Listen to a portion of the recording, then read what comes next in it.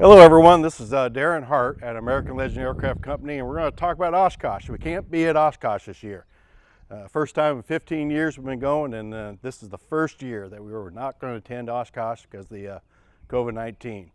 But what we are going to do is we're going to have fun today. We're going to talk about Moac and show some features about Moac.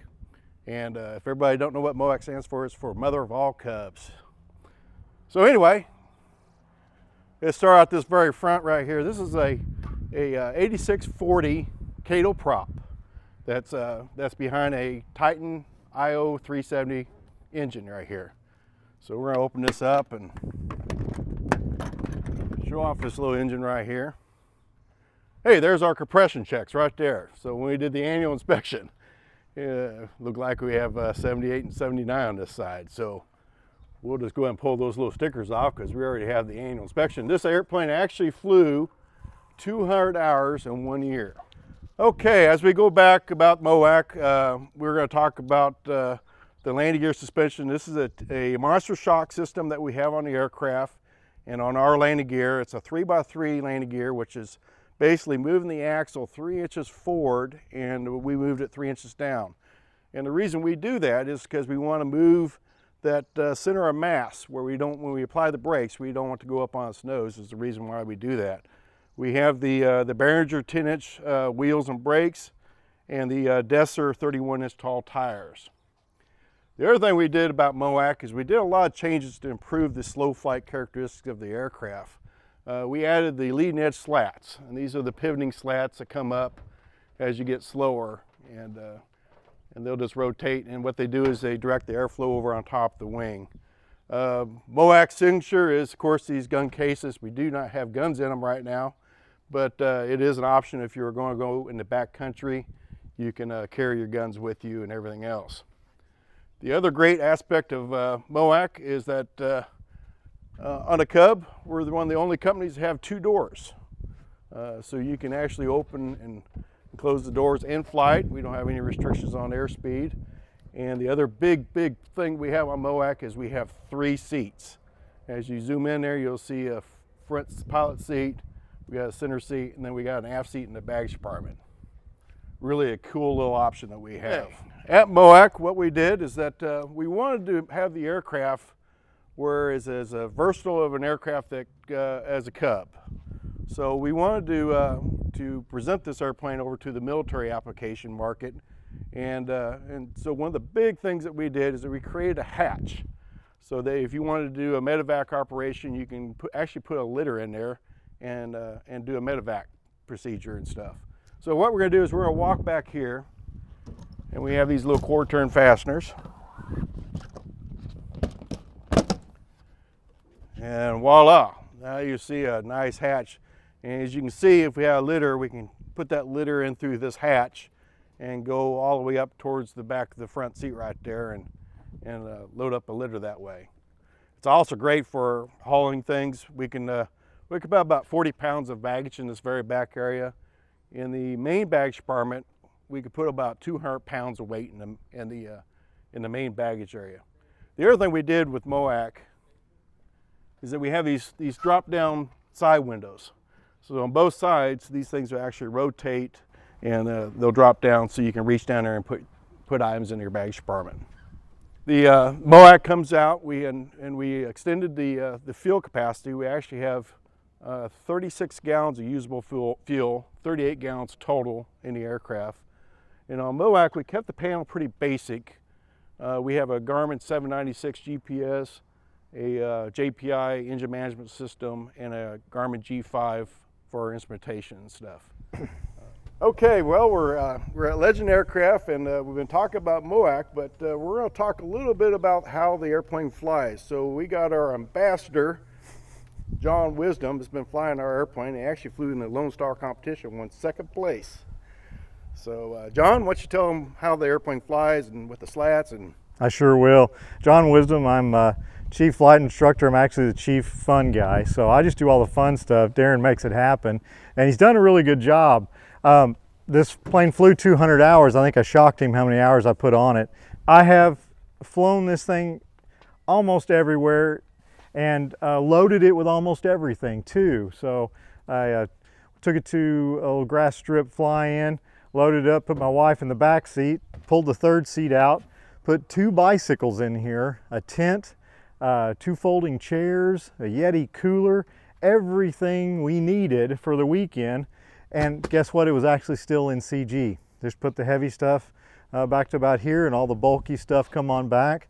Airplane performed very well. Took it up there and did demo flights with that, and didn't have any issues landing with a crosswind on that grass strip, even with the weight back in here. So you do have, I know some people are going to look at this and say, well, that's totally unusable. It's not. It's actually usable. Just like I said, get your bikes and everything heavy up in here, your coolers up in here, and put your tents, your chairs, and sleeping bags, all of that back through here.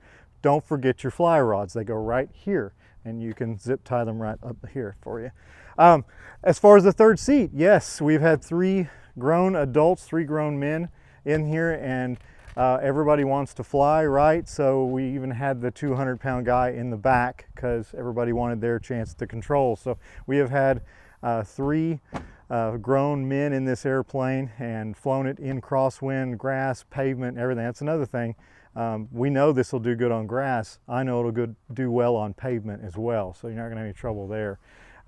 The weight in the back is very easy to adjust. If we're gonna do stole operations, we do want some weight towards the back. A lot of guys are strapping weight to the tail wheel. We don't have to do that. We can just strap some weight back here if we need to do off-airport operations and keep the nose in the right place, which is up off the ground, right?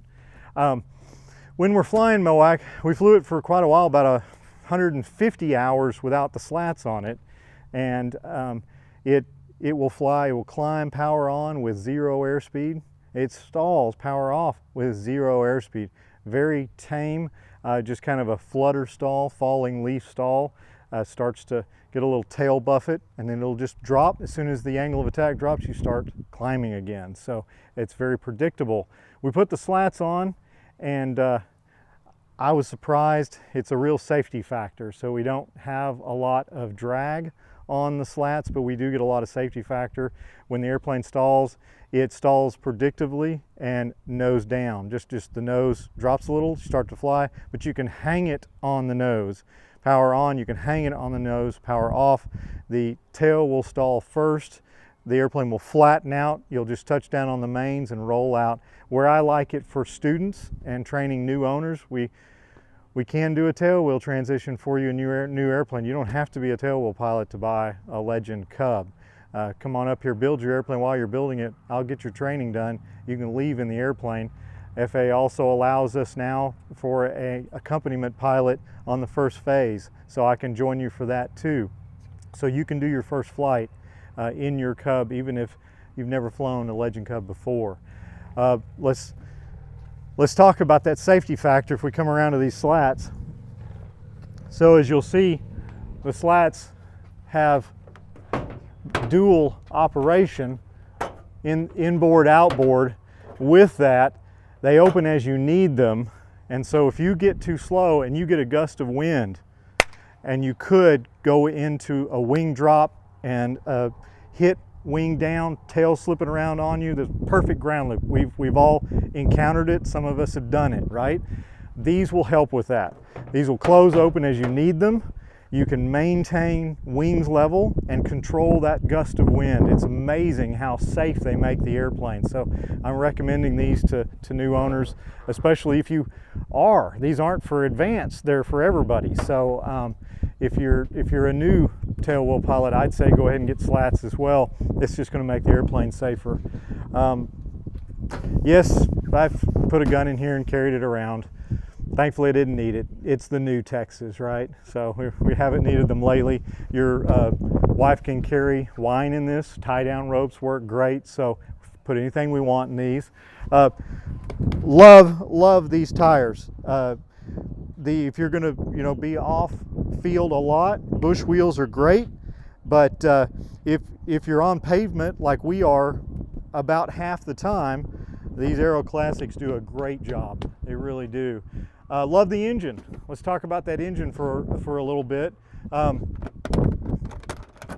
The IO 370, of course, a stroked 360, but it's got fuel injection on the experimental model. What does that mean for a guy that has most of my hours in a Bonanza and a Baron? I love Lena Peak.